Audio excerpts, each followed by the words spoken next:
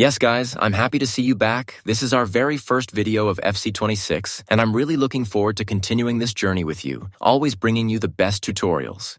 Need coins? Go to u7buy.com for the cheapest FC26 coins. With over 40,000 positive reviews, trusted by top FC25 creators worldwide, it's the best place to upgrade your team. Use code DRFC at checkout for an extra 8% off. Don't miss out. Need coins? U7Buy is your best choice. With code DRFC for 8% off today. One of the first things you need to learn in the new game is how to set up your controller and camera settings. Not much has changed this season, but there are still some important adjustments that we need to cover. FC26 controller settings are not too different from FC25, but there are a few crucial ones that you should pay attention to. Starting with the preset, if you don't play online, just leave it on default and customize however you like. But if you're going online in modes like Ultimate Team and you want to compete seriously, you'll need very specific settings. Let's begin with shot assistance. Since timed finishing has been removed this year, so precision is the way to go here. Basically, if you actually manage to hit the target, the game rewards you with a powerful and accurate shot. Everything else in this section you can just leave as it is. Moving on to cross assistance, by default it's set to assisted, but I recommend semi. Why? Because with semi you get more control. More power sends the ball to the far post. Less power sends it near post. It's the difference between whipping in a beautiful cross and just sending the ball to row Z. For lob pass assistance, keep it on assisted. Pass receiver lock should be set to late for now while I test out power up. I'll update you in a future video once I figure out which is truly the better choice. Now on the defending side, personally, I use advanced defending, but it's not mandatory. It depends on your skill level and what feels comfortable for you. You can defend well with tactical, and you can also defend well with advanced. Both work, but they feel different. I'll be making a deep guide later on to help you decide which one suits your level. And then we have the professional foul option. Honestly, I don't even know why EA made this optional. In FC25, this was a lifesaver. You press R1 and X when you're behind an opponent, and your defender literally drags the ball carrier down. Perfect for stopping dangerous counterattacks. So yes, keep this one on. Pass block assistance should be on. For auto-switching, many players go with air balls and loose balls. Others just air balls. What you should not do is put it on automatic unless you enjoy raging at your screen. I personally use loose balls only. And remember, as the game evolves, don't be surprised if I come back with another updated controller settings video. Auto-switching move assistance should be set to none. Right stick switching should be on classic. Right stick preference depends on what you're used to. If you've been playing with ball relative or player relative, stick to what feels natural. But if you ask me, player relative is the safer and more consistent option. Right stick sensitivity works best on 4 or 5. Next, player switching should be on classic. There's also one random feature in there that, honestly, I don't think anyone uses. It feels like EA just left it in the menu for decoration. Turn it off.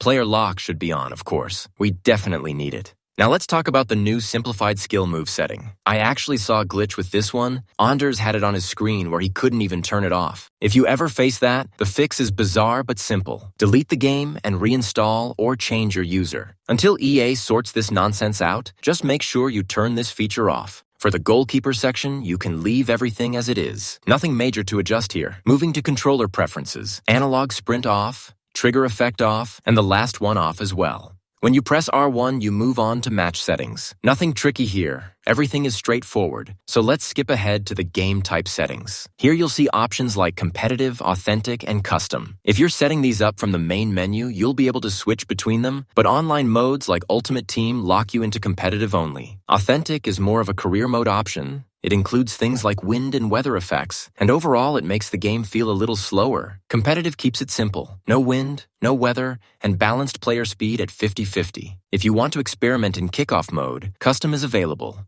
And here you can crank player speed all the way up to 100 if you really want to. Fun for a laugh, but not recommended if you're taking the game seriously. CPU sliders are up next, and the quick tip is just use dynamic. Now let's move to the camera settings, which are very important. FC26 introduces a new Ultimate Team camera, but it only works if you're playing in Ultimate Team Stadium and have it enabled. Try it out for yourself. I actually think it looks pretty good. Otherwise, stick with the tried and true co-op camera. My settings are height at 20 and zoom at 0. And please, for the love of smooth gameplay, turn off the PowerShot zoom. Nobody wants their screen going wild like a shaky TikTok filter every time they load a shot. Next is the visual section. Connection monitoring is useful if you're an Ultimate Team, but I usually turn it off after a while because it just stresses me out seeing those numbers pop up constantly. Input overlay is worth turning on only if you're a content creator or if you really like analyzing your gameplay. In that case, set it to single. Everything else in this section is important to leave on. Hypermotion Insights overlays I personally turn off. They don't affect your gameplay, but they appear during pauses, and I don't need extra clutter on my screen.